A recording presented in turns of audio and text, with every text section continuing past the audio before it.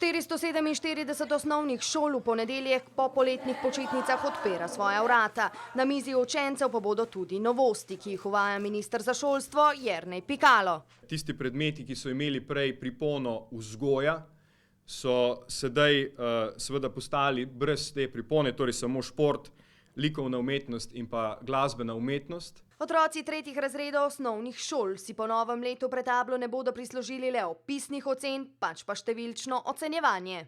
Ugotavljamo, da šole s tem večjih problemov ne bodo imele. Saj smo tako ocenjevanje že imeli, pravi minister. Največja novost pa prihaja v 6. razrede osnovnih šol. Nacionalno preverjanje znanja, za katerega so se učenci do sedaj učili le v 9. razredu.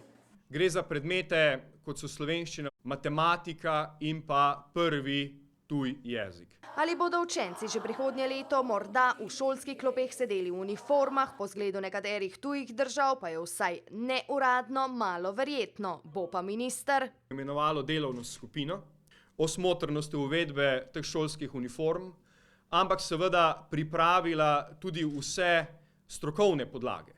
Torej argumente za in proti uvedbi uniform, a ravnatelj osnovne šole Frana Albrehta Kamnik Rafko Lah si ne predstavlja, da bi socialne razlike lahko skrili za šolskimi uniformami.